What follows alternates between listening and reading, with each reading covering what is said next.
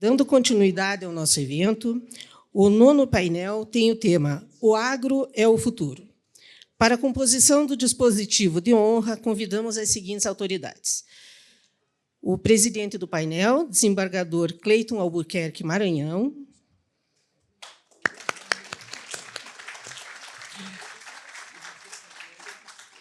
O ministro João Otávio de Noronha, do Superior Tribunal de Justiça. O ministro Noronha falará sobre o tema O Agro é o Futuro. O secretário de Desenvolvimento Sustentável do Governo do Estado do Paraná e prefeito emérito de Curitiba, Rafael Greca de Macedo.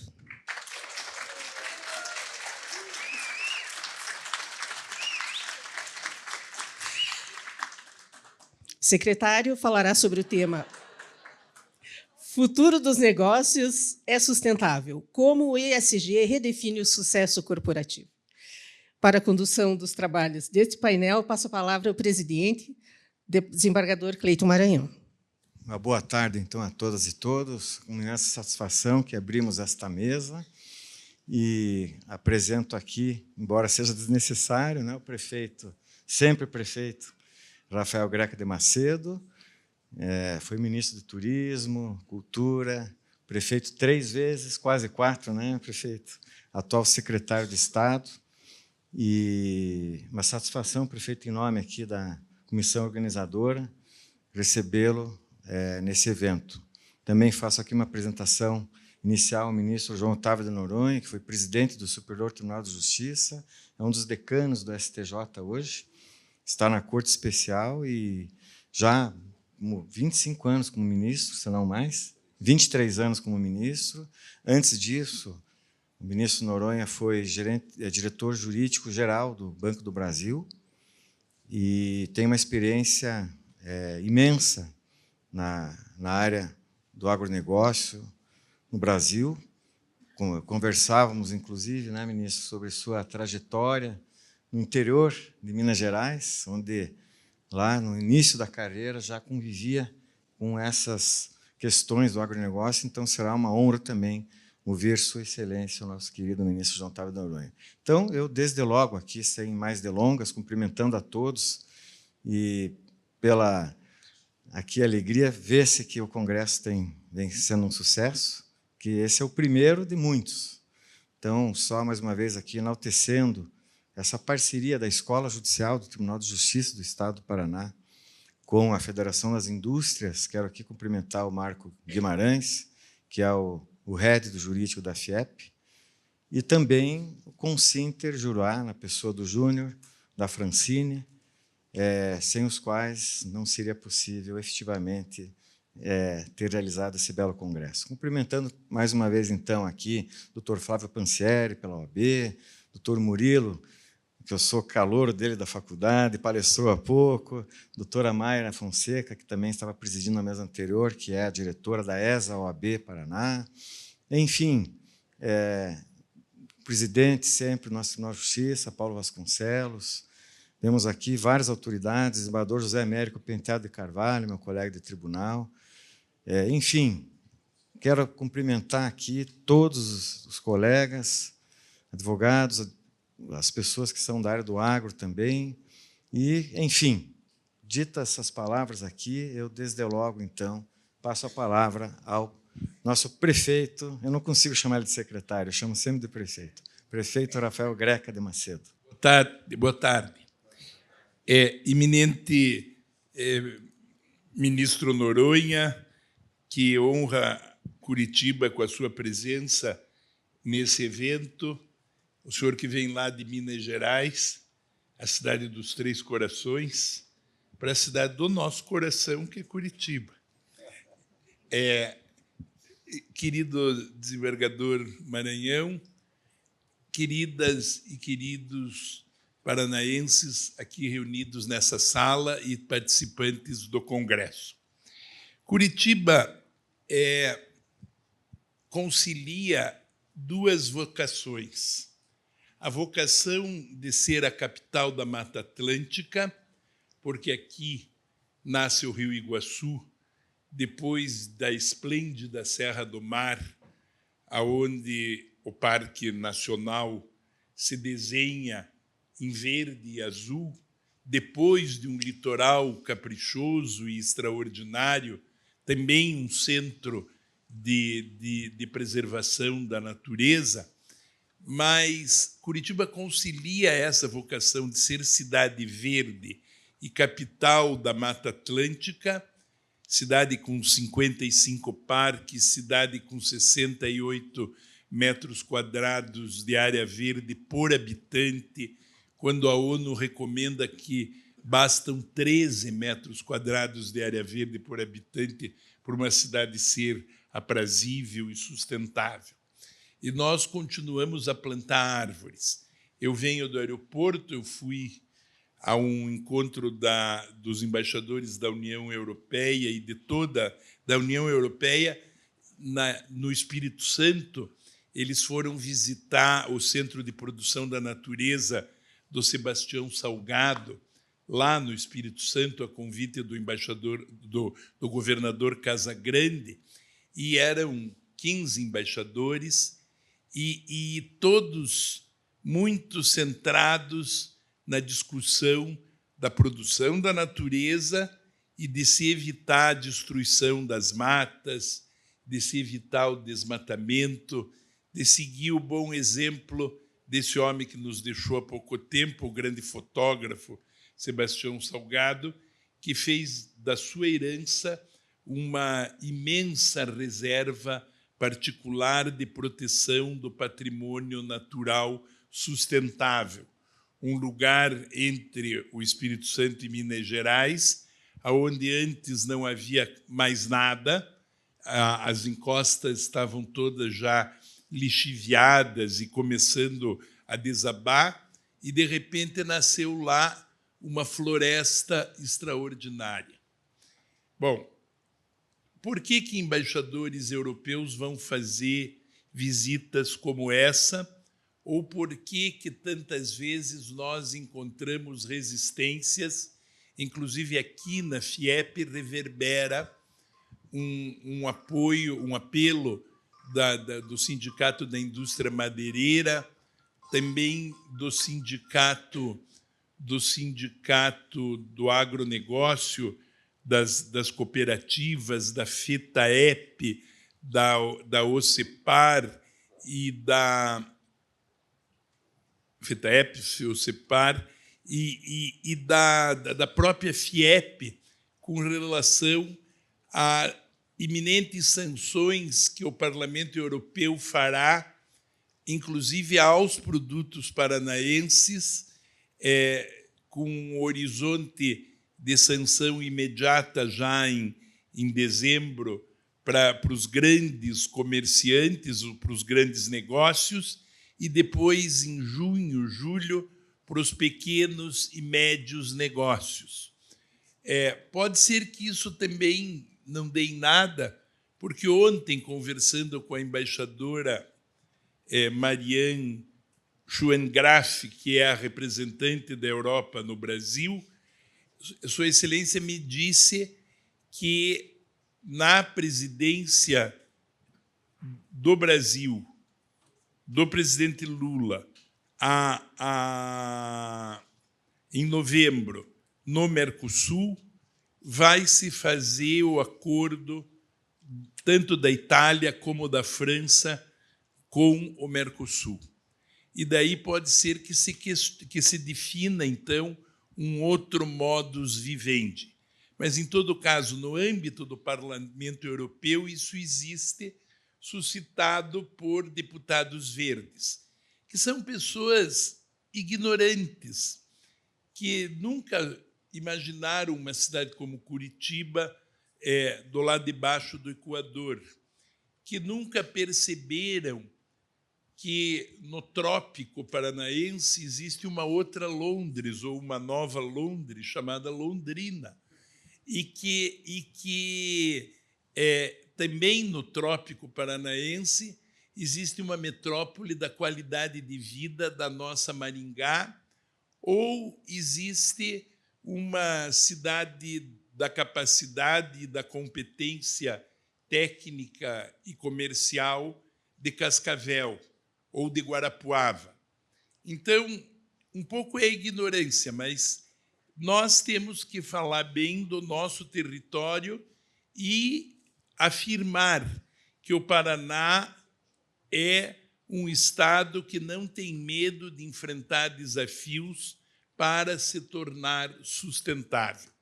O amor é a condição da missão e é isso que precisa ser mostrado. Pode passar? Vejam a Mata Atlântica nessa visão do caminho do Arraial ou da estrada BR-277, na nossa Serra do Mar, na altura do Rio dos Padres. Por que Rio dos Padres? Porque os padres jesuítas de Paranaguá tinham uma fazenda no Arraial do Bom Jesus, que é a atual cidade de São José dos Pinhais.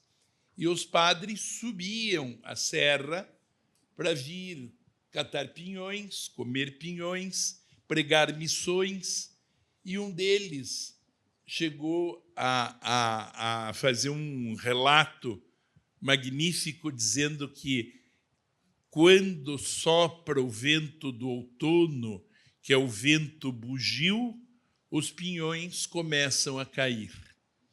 Então, já sabem que quando virem os primeiros pinhões, vão pensar que foram os bugios que jogaram das árvores, mas não foi. Foi o vento que os índios chamavam de bugio. Mas vejam, essa grandeza faz com que o Paraná, por 4 anos, já seja o estado mais sustentável do Brasil. Pode passar? Nós temos 75% dos municípios que ampliaram a cobertura de mata nos últimos 5 anos. A mata tem crescido pela criação de parques urbanos e também pela criação de áreas de proteção do patrimônio natural particulares e também pela criação de unidades de conservação que ajudam as cidades, porque ganham o ICMS ecológico, que significa também renda para as cidades. Esse ICMS ecológico que começou em Piraquara, quando o deputado Neivo Beraldin disse que seria justo, isso há 30 anos passados, 40 anos passados, que Piraquara, por ser manancial, tinha que restringir o seu desenvolvimento, então precisava ter um ICMS ecológico. Isso tem se multiplicado, são centenas de municípios do estado que já têm, pelo menos uma centena, que já tem o ICMS ecológico. Mas também 71% dos municípios registraram desmatamento zero em 2024. E o Paraná tem a segunda maior área de Mata Atlântica do país, 27% do território. Porque nós temos esses parques todos que eu referi, mais os outros que nós temos feito, mais as unidades de conservação que o Paraná possui. Para terem uma ideia, são 74 unidades de conservação catalogadas pelo Instituto Água e Terra, 25 das quais abertas à visitação. E o Paraná já possuía, até o final de 2024, 366 reservas particulares de proteção do patrimônio natural. Pode passar. Então, aí as unidades, 74 unidades de conservação, 336 reservas conservadas para particulares de proteção do patrimônio natural. Pode passar. Mas o Paraná cedia a Mata Atlântica. E, por isso, no dia 19 de agosto passado, nós produzimos essa cena no grande auditório do Teatro Guaíra, onde o nosso governador, o nosso vice-governador, o governador Casagrande do Espírito Santo, o vice-governador de São Paulo, o governador do Rio de Janeiro, a vice-governadora de Santa Catarina, o governador do Rio Grande do Sul, fizeram a assinatura dessa Conferência da Mata Atlântica. Estão aí os governadores conosco. No ato... inclusive o governador Zema também veio, a vice-governadora de Santa Catarina, o Casagrande, que ontem estava comigo lá no Palácio Anchieta, em Vitória do Espírito Santo, e daí o nosso Ratinho, o vice-governador de São Paulo, o vice-governador do Paraná, o governador do Rio Grande do Sul, o nosso Eduardo, meu sucessor, e o nosso presidente da Assembleia, o nosso querido deputado estadual Alexandre Cury. Pode passar?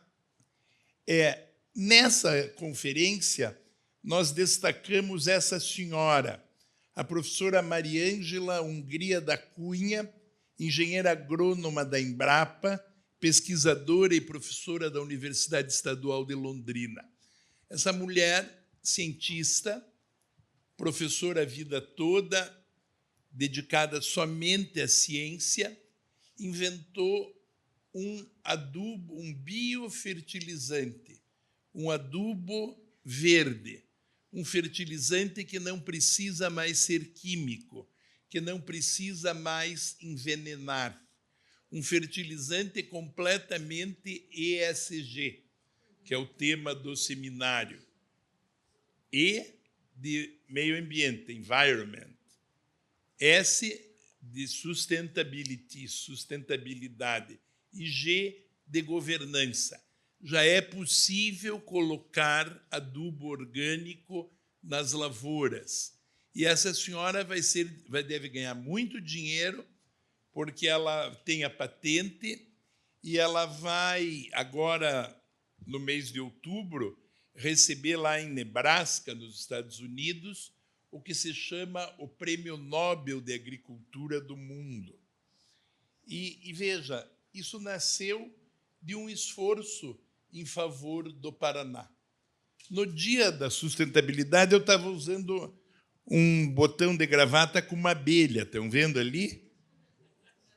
É uma abelhinha dos Barberini, os papas que tinham por símbolo uma abelha. E a Margarita me deu isso uma vez. Mas por que eu pus essa abelha? Porque também as abelhas são um exemplo nas propriedades rurais, nos pomares, nas áreas de fruticultura, nos jardins das cidades, de polinização. A presença das abelhas na nossa natureza, abelhas nativas, que não são as abelhas africanas que matam as nossas abelhas e são assassinas. Elas nasceram de uma época em que os padres tiveram vontade de não ter velas amarelas nas igrejas, queriam velas brancas, daí importaram abelhas africanas que fazem cera branca. Mas elas estão fora de moda. Show abelhas africanas. Agora só abelhas nativas. Mandaçaia, jataí, muzuá. Todas elas têm nome, são 80 as abelhas. E elas podem multiplicar a natureza ao infinito na exuberância da floresta amazônica e da Mata Atlântica. Pode passar? Bom, o Paraná também é sustentável no seu porto. Por quê? Porque, por exemplo, nós estamos requalificando todas as praias. Estamos fazendo uma ponte sustentável em Guaratuba, exatamente para acabar com o ferry-boat a óleo diesel e nós anelamos que, em breve, na ponte passem muitos carros elétricos, muitos carros a biogás, porque esse é o futuro. Não tem mais cabimento ter carros movidos a combustível fóssil. A Europa já fixou um horizonte para 2030 de fim de combustíveis fósseis. Não sei se vão chegar a isso, ainda mais quando a gente pensa que Suas Majestades, o rei e a rainha da Bélgica, são sócios da Shell, da Holanda são sócios da Shell. Mas pode ser, quem sabe, né?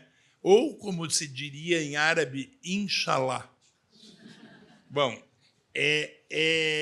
o nosso litoral é um litoral todo voltado para esgotamento sanitário. Inclusive, a nossa paradisíaca Ilha do Mel tem agora a governança de um grande programa de esgoto sanitário que está sendo executado em todo o território da ilha, das vilas de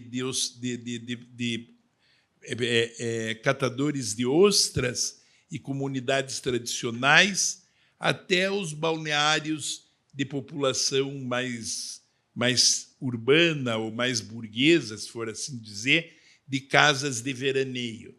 Pode passar. Nós também temos que insistir que o nosso agronegócio é sustentável. Pelo seguinte, além dos biofertilizantes da Maria Ângela Hungria, que já estão sendo aplicados no âmbito das cooperativas do nível da Coamo, o nosso agronegócio é sustentável porque faz 50 anos o Banco Mundial desenhou o interior do Paraná num grande programa chamado Paraná Rural, que previa a obrigatoriedade de mata ciliar ao longo de todos os rios, com uma faixa de preservação para evitar que a lavoura com fertilizantes escoasse para dentro dos rios, com reservas legais, que eu acho que, somadas todas, vão surpreender pela fartura de carbono, mas, mais do que isso ainda, pela conversão das cooperativas à ideia do ESG. As cooperativas cada vez mais querem ter o rótulo da sustentabilidade.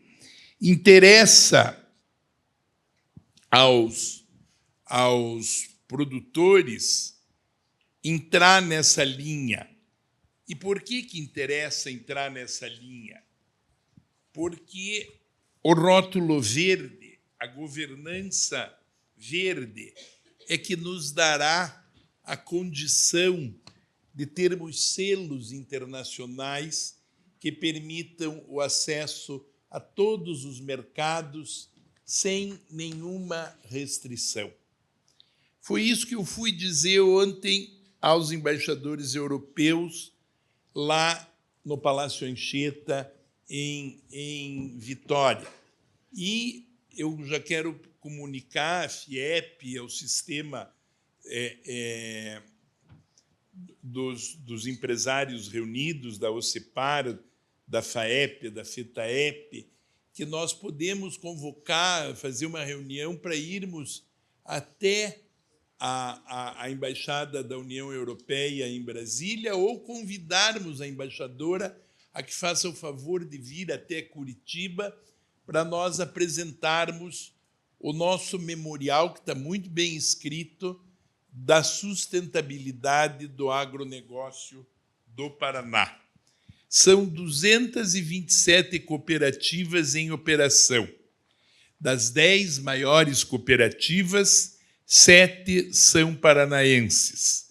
A Coamo é a maior cooperativa industrial da América Latina. O Museu da Coamo, em Campo Mourão, é todo eletrônico.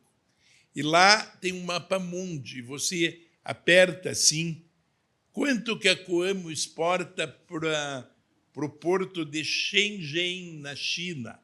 ou para os portos da China. E daí aparece lá um número estratosférico, babilônico, de tanto dinheiro que eles ganham dos chineses. E vejam, isso se repete na Cocamar, na Copavel, na Cevale, na Integrada, na Frisia, na Coasul, na Castrolanda, na Frimesa, na Cocari, na Capal, na Copragil e na Cooper Tradição. As soluções inovadoras estão em todas as áreas da geografia das plantas de agronegócio do Paraná. A Coamo, por exemplo, acaba de instalar ou de inaugurar uma fábrica de combustível derivado de milho. E a maioria das cooperativas já tem biodigestores e produção de biometano. A energia limpa é o território do Paraná. Já há 400 plantas de biogás. É preciso haver uma modificação da logística de transporte com foco na redução das emissões. Nós, em Curitiba, estamos comprando ônibus elétricos. Eu comprei 150 ainda antes de eu sair. O Eduardo deve comprar outros tantos. Mas a visão tem que passar também por um financiamento de ônibus urbanos para todas as grandes cidades do Paraná, com descarbonização, quem sabe dinheiro do Fundo Estadual de Meio Ambiente, que acumula bom dinheiro, ou quem sabe dinheiro do Paraná Competitivo, ou de programas que um bom governo federal possa colocar no Brasil, porque, sem dúvida, a descarbonização é extraordinária para o futuro da humanidade. Um único ônibus elétrico equivale a 837 árvores novas plantadas. O Eduardo plantou essa semana na Avenida Comendador Franco, aqui na frente, plantou 4.000 árvores. Tá muito bonito ali. Quando isso florescer, vai ser uma maravilha. Vai ser um túnel verde. Mas, vejam, essas árvores representam pouco mais que 4 ônibus elétricos. 4.000 árvores. As 260.000 que nós já plantamos representariam muito mais. Mas a cidade de Curitiba tem um programa de plantar 100.000 árvores, pelo menos, por ano. A nossa ideia também é insistir no Paraná como pátria da energia limpa. A grandeza extraordinária da usina hidrelétrica de Itaipu, que alumia o Brasil. Os 128 complexos hidrelétricos em operação no Estado, entre eles as 9 grandes usinas que nós temos num único rio, que é o Rio Iguaçu, e as outras 100 e tantas que nós temos PCHs, ou pequenas centrais hidrelétricas, algumas em propriedades particulares. E eu tenho essa minha façanha, que foi de Curitiba, que foi fazermos no aterro sanitário da Cachimba uma pirâmide solar com 8.600 painéis fotovoltaicos, que está em cima de uma área que podia também ser uma planta de metano, mas agora não vamos mexer porque é mais vantajosa para a prefeitura não pagar a luz elétrica. 50% da eletricidade da prefeitura já é gratuita por conta dessa planta. A ideia é fazer mais um tranche da pirâmide para que tudo seja com eletricidade gerada de maneira moderna. Bom, por último, eu quero falar de emergências hídricas ou de grandes catástrofes. Não sei se vocês imaginaram o que aconteceu antes de ontem em Curitiba, na madrugada de domingo para segunda-feira. Os 120 semáforos que estão estragados ainda,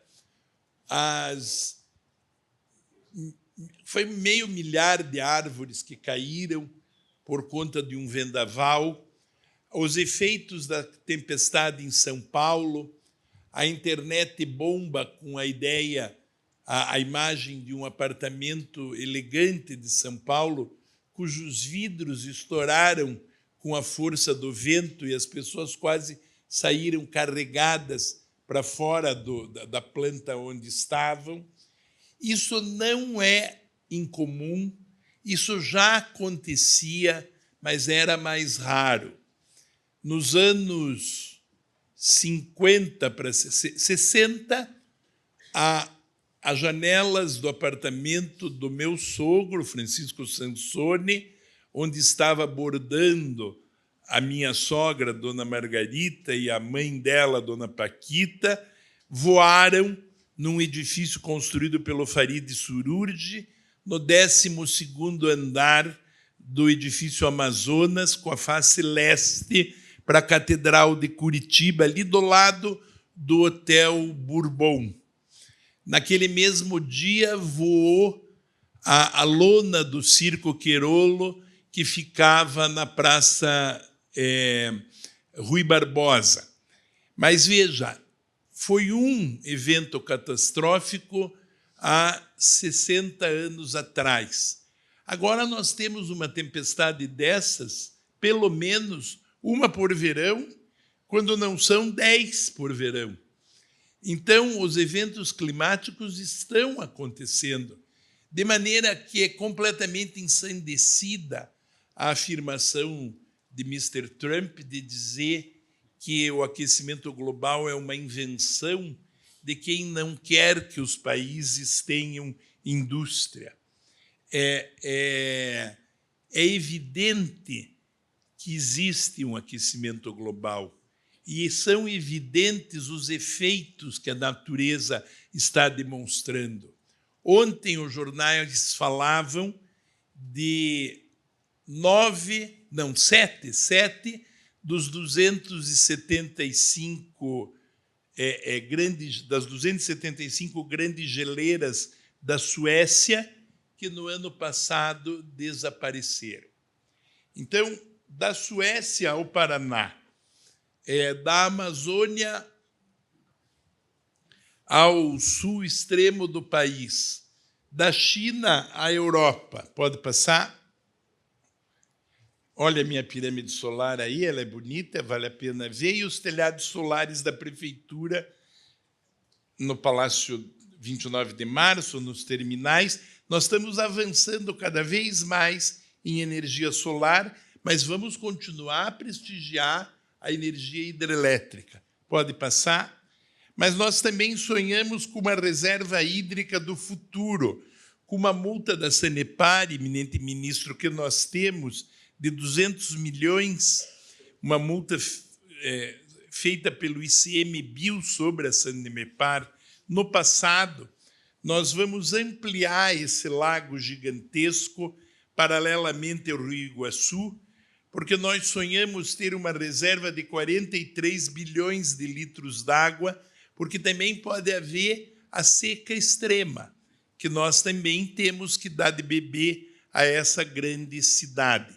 Então, há que se reservar água, há que se proteger e fazer macrodrenagem, há que se cuidar com energia solar, há que se buscar o plantio de árvores, há que se procurar a governança das empresas pela sustentabilidade, com a ideia de selos verdes, É possível fazer compostagem. Compostagem é uma coisa deliciosa. Botem as minhocas para morarem no seu apartamento. As crianças adoram. E o adubo sai bonitinho, e isso pode depois ser colocado nos vasos da floreira da sacada ou no próprio jardim de cada casa. Pode passar? Porque tudo isso tem a ver com o tema da COP30. Os rios aéreos, que são destruídos pelo desmatamento. Quando o calor equatorial evapora o oceano, as nuvens da floresta avançam trocando umidade com as ramas altas das grandes árvores, algumas de 100 e tantos metros de altura. E com o soprar dos ventos que vêm dos Andes, que às vezes se chamam de Laninha, às vezes se chamam de El Niño, trazem ou não trazem a umidade que vem irrigar o sul e o sudeste e o interior do Brasil. Não é por acaso que há um Iguaçu, na língua dos índios, um grande rio. Iguaçu, I é rio, Guaçu é grande. Por que que ele, ao invés ele se volta para o interior do território? Porque esse rio que bate na Serra do Mar cai em cima de Curitiba e gera o grande rio que depois vai fazer as cataratas. Pode passar? Nós temos os picos da serra, né, onde tem estações meteorológicas também, e isso pode comprovar que os rios aéreos batem no alto da serra. Pode passar. Rios que precisam ser povoados de peixes, a governabilidade também passa por dar vida. Os rios não nos servem rios mortos. Rios podem ressuscitar por um princípio de química orgânica. Não sei se sabem, o mesmo princípio que purifica as tumbas, que torna uma caveira ficar tão simpática, tão limpinha depois de ser um cadáver, é que as bactérias anaeróbicas comem por nitrogenização, comem toda a sujeira e, com isso, voltam a provocar um ambiente carbônico, um ambiente de oxigênio, um ambiente limpo. Então, assim como as tumbas são limpas pelas bactérias anaeróbicas, os rios sujos, se pararem de ser sujos, também se tornam de novo rios limpos. Lição do curso de engenharia da aula de hidrologia do professor Ricardo Reis, meu querido amigo que ainda vive, tem 90 anos. Pode passar? E todas essas coisas é o que é a sustentabilidade. E é o que traduziu o grande ideal do nosso saudoso Papa Francisco, quando falou da nossa casa comum. A nossa casa comum, que não tem planeta B. Por enquanto, ainda não se sabe de um outro planeta com água. Por enquanto, ainda não se provou que a nossa casa comum possa ser dispensada. Por enquanto, ainda não se provou que faça bem ao mundo quem faz plástico, quem faz comida envenenada, quem aduba a terra com fertilizantes perversos, quem pratica um capitalismo que anda pelo mundo para perder as almas. O que é ESG? É um capitalismo não perverso que anda pelo mundo para gerar prosperidade, multiplicação de pães e um cenário muito mais feliz para os que vão nascer. Era o que eu tinha a dizer.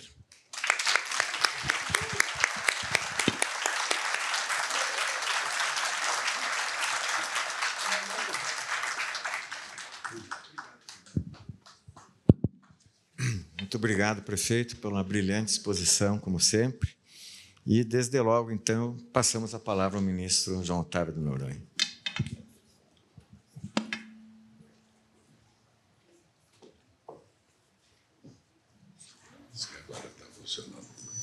Meu especial boa tarde a todos. Eu quero saudar o desembargador Cleiton Maranhão, que está coordenando, presidindo este painel. Não só saudar, como parabenizar o nosso prefeito emérito, Rafael Greco, pela belíssima palestra, pela sua constante contribuição com o desenvolvimento do Brasil, que nos mostra. Hoje eu quero agradecer o Luiz e a Francine, esse casal de irmãos que nos convidaram para estar aqui presente em Curitiba, essa cidade extremamente agradável. Só não é melhor que Três Corações, onde Pelé é o segundo cidadão mais importante. O primeiro eu pergunto aos meus alunos no dia da prova. O agro é o futuro, é o nosso tema. Mas o que é o futuro do agro se nós não dominarmos bem o presente? O futuro se constrói no presente. Isso é importante sabermos. Observe, eu quero aqui, quando falar do futuro do agro, logicamente, na minha vida como professor de direito, como ministro, como juiz de uma corte superior, eu vou falar sobre o aspecto futuro, sobre o aspecto jurídico, sobre a estrutura jurídica que se há de desenvolver para abraçar e sustentar o desenvolvimento do agronegócio no país. Nós sabemos, acho que tem que ir um pouquinho mais alto, viu? Você está...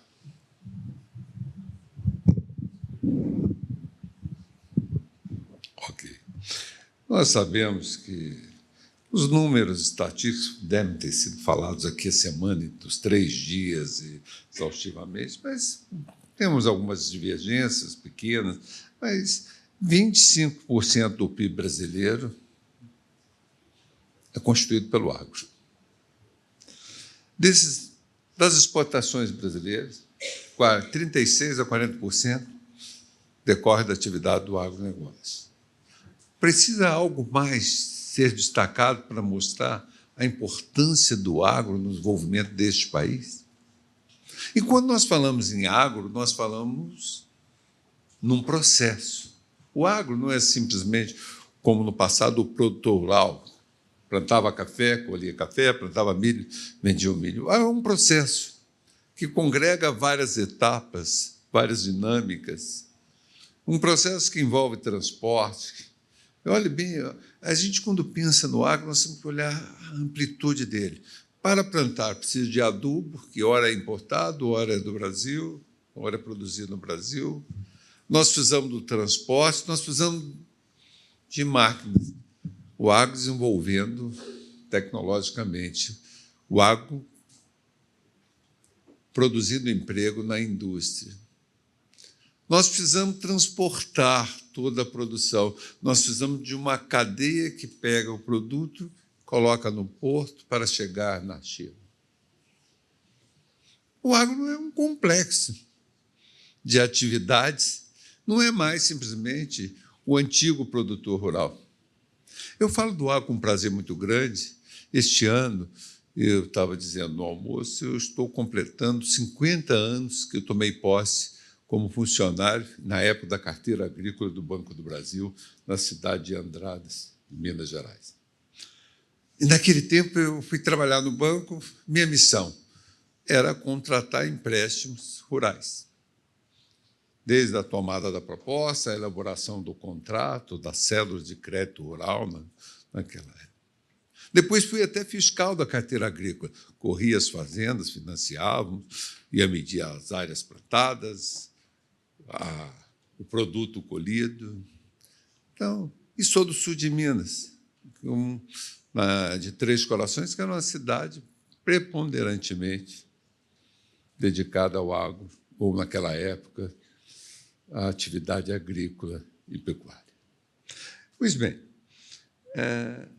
Nós sabemos, e eu já disse aqui, vocês ouviram, que o agro gera muitos empregos. Mas ele tem um desafio estrutural. E esse desafio estrutural e também conjuntural decorre, primeiro, da necessidade de um crédito, de um financiamento que permite alavancar a produção. E hoje nós já nos deparamos, neste momento, com um problema. O que vincula o empréstimo rural, ou seja, que corrige o empréstimo rural, é a TR. Não está barata. Então, nós já nos deparamos momentaneamente, é isso que eu quero mostrar. Nós temos um momento em que o crédito é barato, a produção é alta, tem um momento que a produção está alta e o crédito é caro, e o crédito caro faz diminuir a produção, que alguns não vão plantar, porque se plantar não consegue pagar. E se planta e não consegue pagar, tem que se endividar. E o sistema é um pouco perverso, como está hoje. E por que a TR é alta? Não é culpa do produtor rural, é evidente, não é culpa dos agentes do agro. Os juros estão altos, mas é muito simples. Um governo que gasta. Eu não estou falando este governo. De tempos em tempos, nós temos excesso. A gente vem de uma pandemia, que os gastos públicos se elevaram, mas estamos num pós-pandemia gastando mais do que na pandemia. Consequentemente, o governo vai drenando os recursos do sistema financeiro para se custear. Consequência, elevação da taxa de juros. Aumenta risco. Agora, o agro está sujeito a uma série de acontecimentos que abalam o crédito, que abalam a produção, e ele precisa de uma estrutura para, no campo jurídico, ultrapassar os seus problemas. E a gente pode falar que hoje nós temos os seguintes desafios estruturais no agronegócio. Primeiro, o crédito rural, esse financiamento, dependência de linhas de créditos que precisam ser subsidiados, como é no mundo. Como é no mundo. Agora, o produto é sujeito à variação de mercado e, quando não, à variação cambial. Mas não só o produto que decorre da plantação do exercício da atividade do agro, mas também os produtos que servem à produção, como o adubo, os defensivos, maioria das vezes indexado ao dólar. Nós temos um outro problema da infraestrutura e logística. O Brasil não tem, em número suficiente, o transporte ferroviário. O transporte é feito de caminhões, com grande poluição, um consumo elevado de petróleo.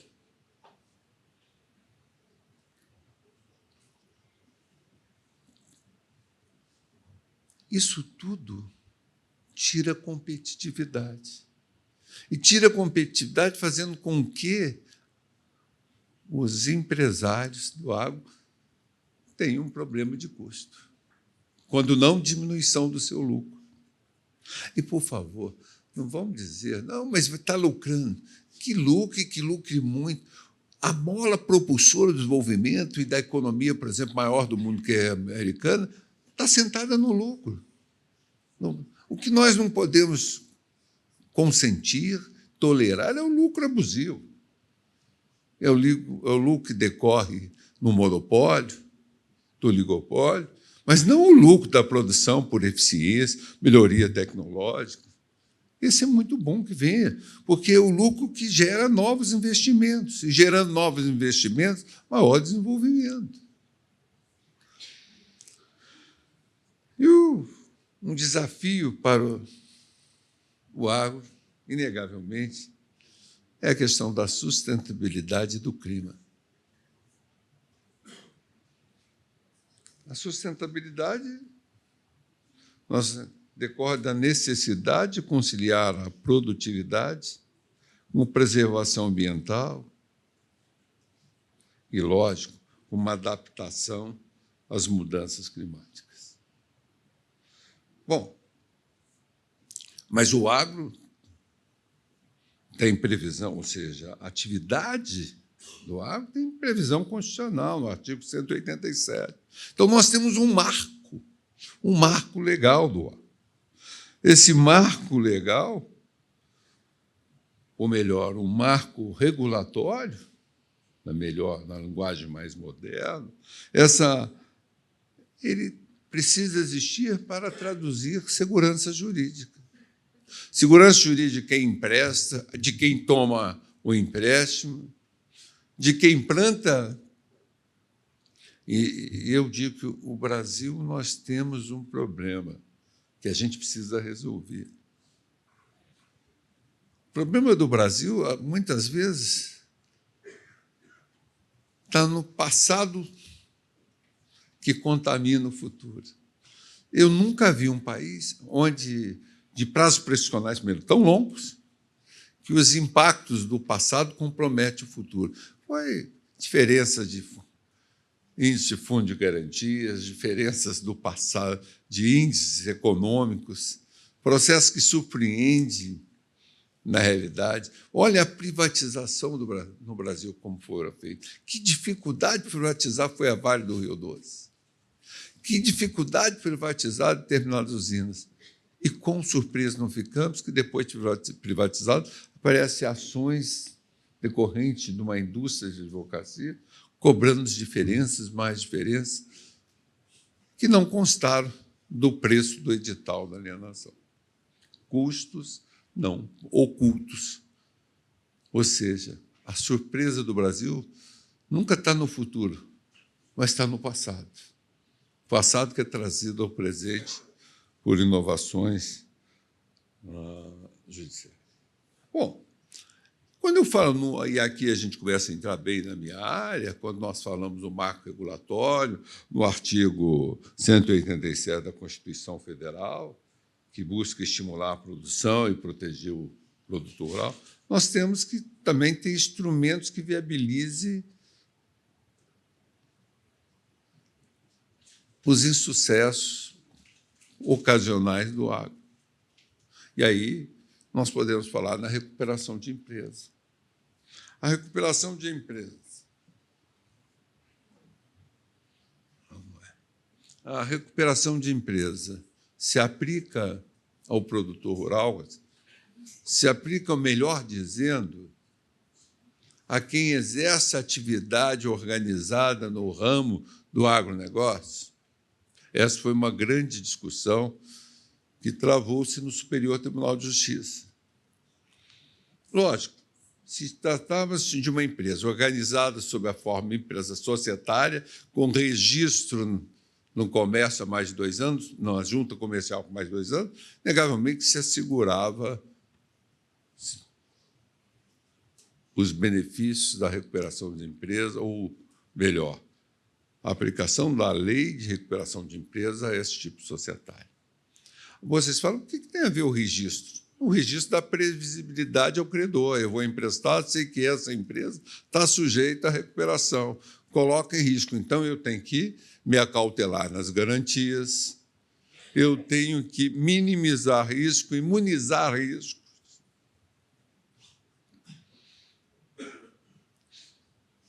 Olhem bem, ministro, eu dizia hoje no almoço, o ministro Rui Rosado de Aguiar, que é um dos maiores ministros do STJ, parecia até mineiro, tão inteligente que era.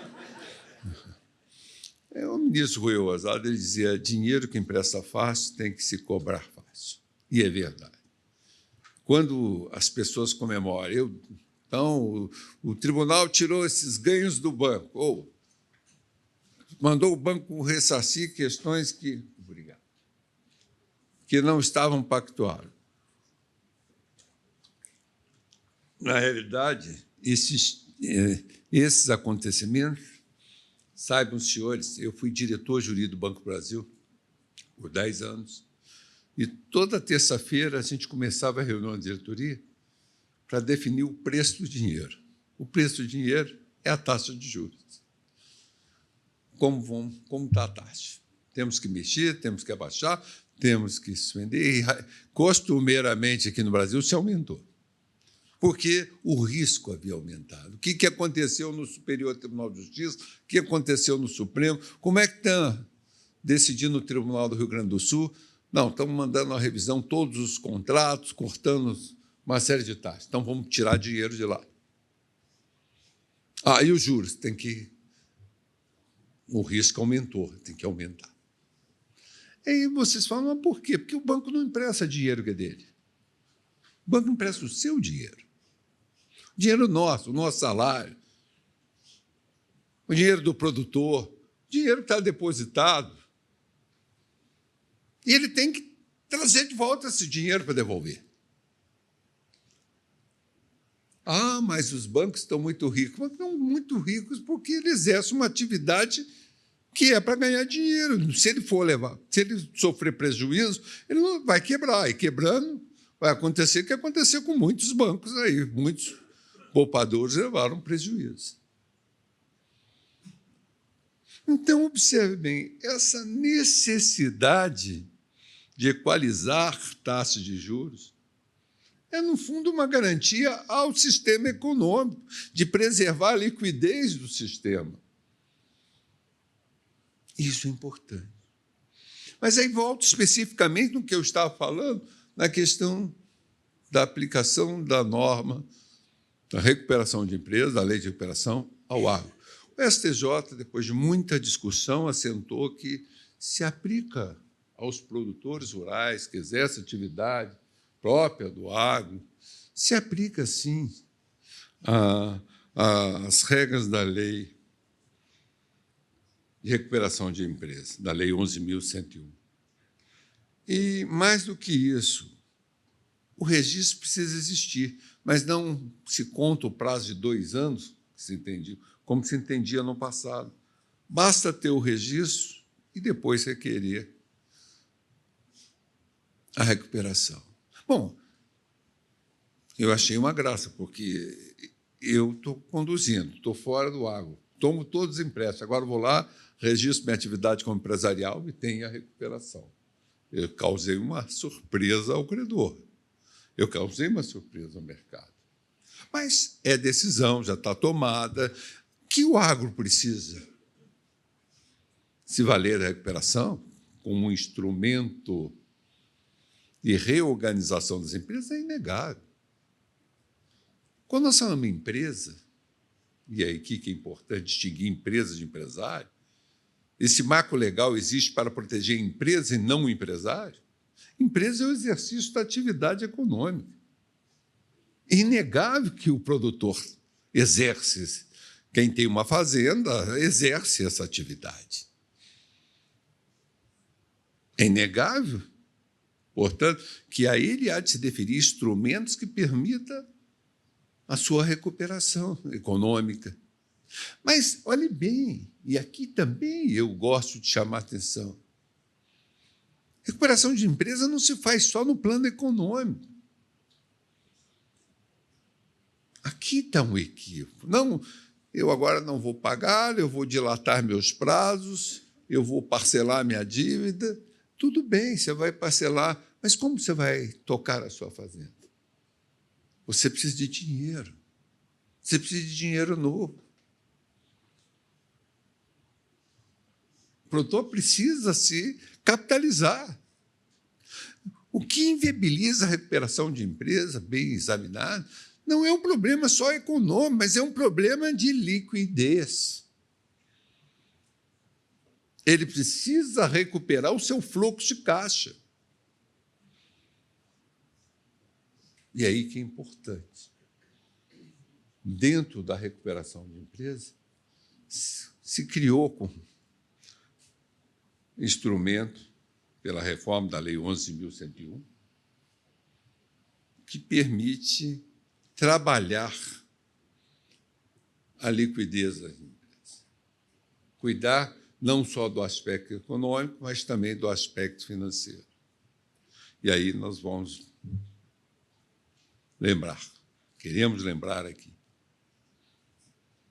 empresa que requer a recuperação e não tem capital para produzir, não vai se recuperar, ela vai falir.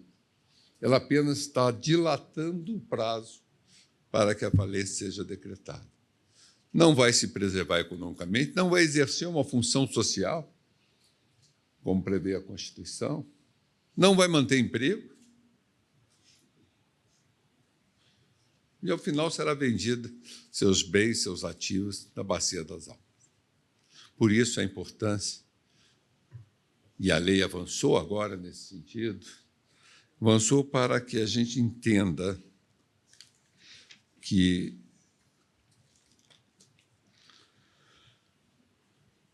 é preciso se preocupar também na recuperação com o problema financeiro. É preciso cuidar do fluxo de caixa.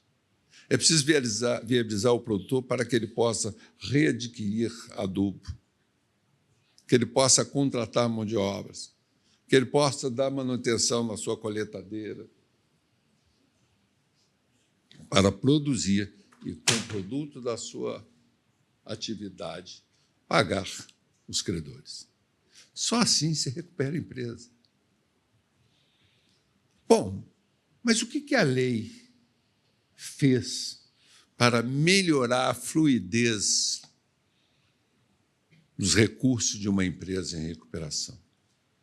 Ela criou um instituto de origem americana chamado Deep Finance, ou seja, permite que a empresa em recuperação seja aportado novos recursos, ou seja, que ela tome empréstimo e que qualquer um possa fornecer empréstimo.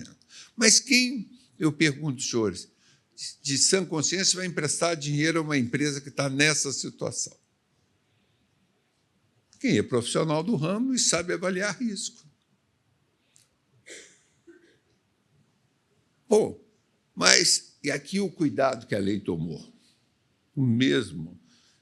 Como é que eu vou considerar concursar o dinheiro novo? Vou aportar dinheiro na empresa de recuperação e depois concorrer com os demais credores? É claro que não. Um gerente de banco, um diretor de banco que aprova um crédito para essa empresa nessas condições, faz gestão temerária. Está sujeito a um processo criminal. Então, o que fez a lei, sabidamente? Ela imunizou esse crédito do rateio, do concurso de credor. Quem empresta pode ter garantias adicionais. E esse empréstimo que se faz para capitalizar a empresa, para que ela possa produzir,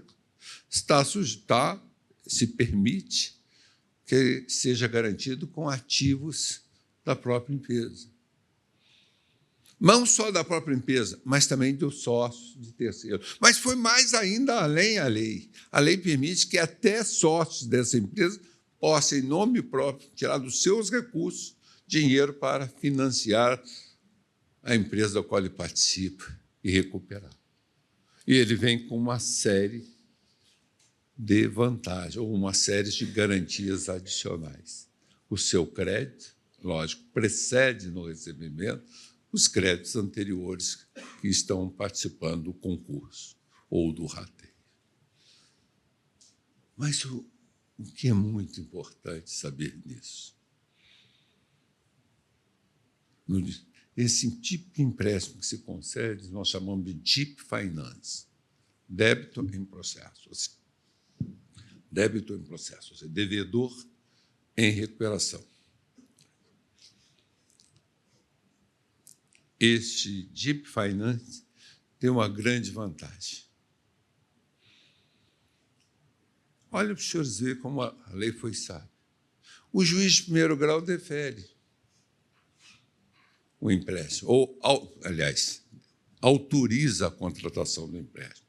Esse empréstimo depende de prévia autorização. Se não constar do plano de recuperação, depende da autorização do juiz. O juiz de primeiro grau, então, concede autorização. Quem vai emprestar dinheiro, se vai ter um recurso, pode haver um recurso contra essa decisão e o tribunal caça a autorização. Como fica o credor? Para evitar isso, a lei foi adiante.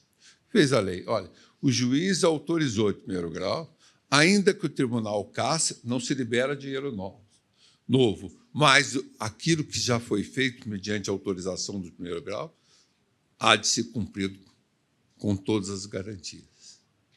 Aquilo prevalece. Não pode ser declarado ineficaz. E por que isso? Para dar segurança, para que possa, na realidade, acontecer empréstimos a quem necessita de capital para se recuperar. Esta é uma das atitudes mais sábias no campo jurídico que nós importamos no direito americano para recuperar a empresa no Brasil. Aliás, observe que nós ainda somos tímidos em recuperação de empresa. Vocês querem observar? Onde que a TAM foi processar a sua concordata ou recuperação de empresa? Nos Estados Unidos da América. Onde foi a Gol reestruturar-se? Nos Estados Unidos da América. Onde está indo a Azul? Nos Estados. Por quê? Porque ela tem esses instrumentos que funcionam, que não permite que os credores tomem o patrimônio da empresa em recuperação, mas, pelo contrário, que sente, negocie. E aqui eu quero, acho que o tempo já foi passando, eu sei do cansaço dos senhores, esse final de tarde, mas observem, eu quero chamar a atenção. Há uma série de pessoas, de advogados, segundo a presidente do Banco do Brasil, incentivando produtores a não negociar, entrar com recuperação. Isso é um risco. Sábio é aquele que negocia. Primeiro, deve-se buscar, e aqui eu quero dizer, a recuperação extrajudicial, que é um instrumento de negociação. Esse é o caminho primeiro. E eu me lembro, eu tenho um empresário amigo, que quando o câmbio, houve um descolamento do câmbio, que todo mundo começou a entrar em juízo, rediscutir a desvalorização cambial, então, ele foi sábio, ele não entrou, não ajuizou nada. Ele procurou os credores, os bancos, e disse assim, olha, eu tenho um problema com esse descolamento, minha atividade é de importação e exportação. Eu preciso que vocês me deem um prazo, eu garanto o pagamento, preciso que está vencido, você me conceda um empréstimo, amortize, alongue o perfil da dívida. Resultado, foi o primeiro a sair da crise. E os demais, tem gente brigando até hoje, e a empresa se arrastando e não consegue sair. Então, no mundo comercial, a atividade vive de negociação. É muito importante saber negociar, usar os meios amigáveis de solução de conflito. Não só a arbitragem, mas, sobretudo, a conciliação. Tem que se valer disso. E tem que se valer, inclusive, as empresas no meio que foi implantado recentemente também, com a mesma lei que criou de finance, nós precisamos lembrar que a recuperação extrajudicial é muito mais barata, muito mais rápida, muito mais eficiente do que a recuperação judicial. Então, esses são uns caminhos que se colocam aí para a recuperação do agronegócio, à disposição do agro para a recuperação daqueles empresários que, como empresário, exercem atividade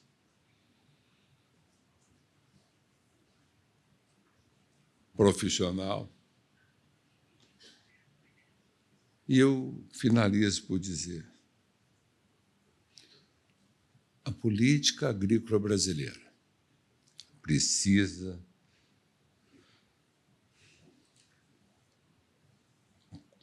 continuar a evoluir para garantir crédito seguro, inovação e sustentabilidade. O julgamento do STJ no tema 1145, quando concedeu a possibilidade do produtor rural, ainda que sem registro, de 2 anos, se valer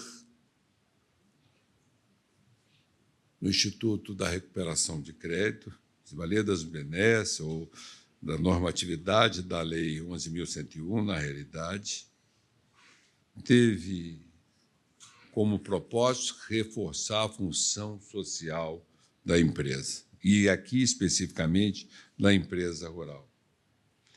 Com isso, quis se equilibrar a proteção do crédito com a preservação da produção. E aponta, isso que é fundamental para concluir, essa decisão aponta para um futuro em que o agronegócio é motor do desenvolvimento econômico, social e ambiental. Não adianta dizer, eu exerço uma atividade que está sujeita aos riscos climáticos. Isso tem que ser calculado, isso tem que ser precificado. O que nós precisamos ter em conta é que, para os riscos e pelas imprevisões, pelas intempéries, é preciso construir soluções caso a caso. Soluções que permitam ao país continuar a ser o maior produtor agrícola do mundo. E só assim nós vamos acabar com a fome, nós vamos acabar com o subdesenvolvimento e vamos trilhar para aquele caminho em que um país é grande não só porque tem indústria, mas porque ele tem também produção suficiente para alimentar o mundo, como é o Brasil. Muito obrigado pela paciência.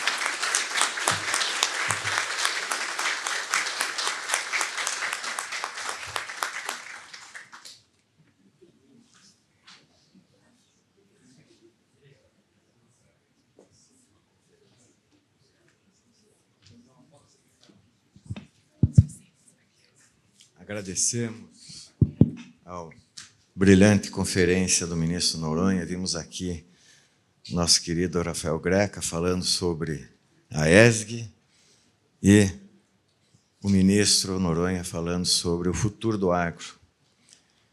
Sem dúvida alguma, evocando aqui o nosso prefeito, né?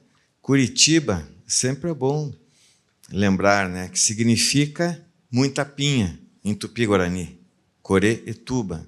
E a pinha, por sua vez, é composta por sementes, por pinhões, que fazem germinar a araucária angustifolia, nossa árvore símbolo do Paraná e da região sul do Brasil. Com essas palavras aqui, eu devolvo ao nosso cerimonial para a continuidade dos trabalhos.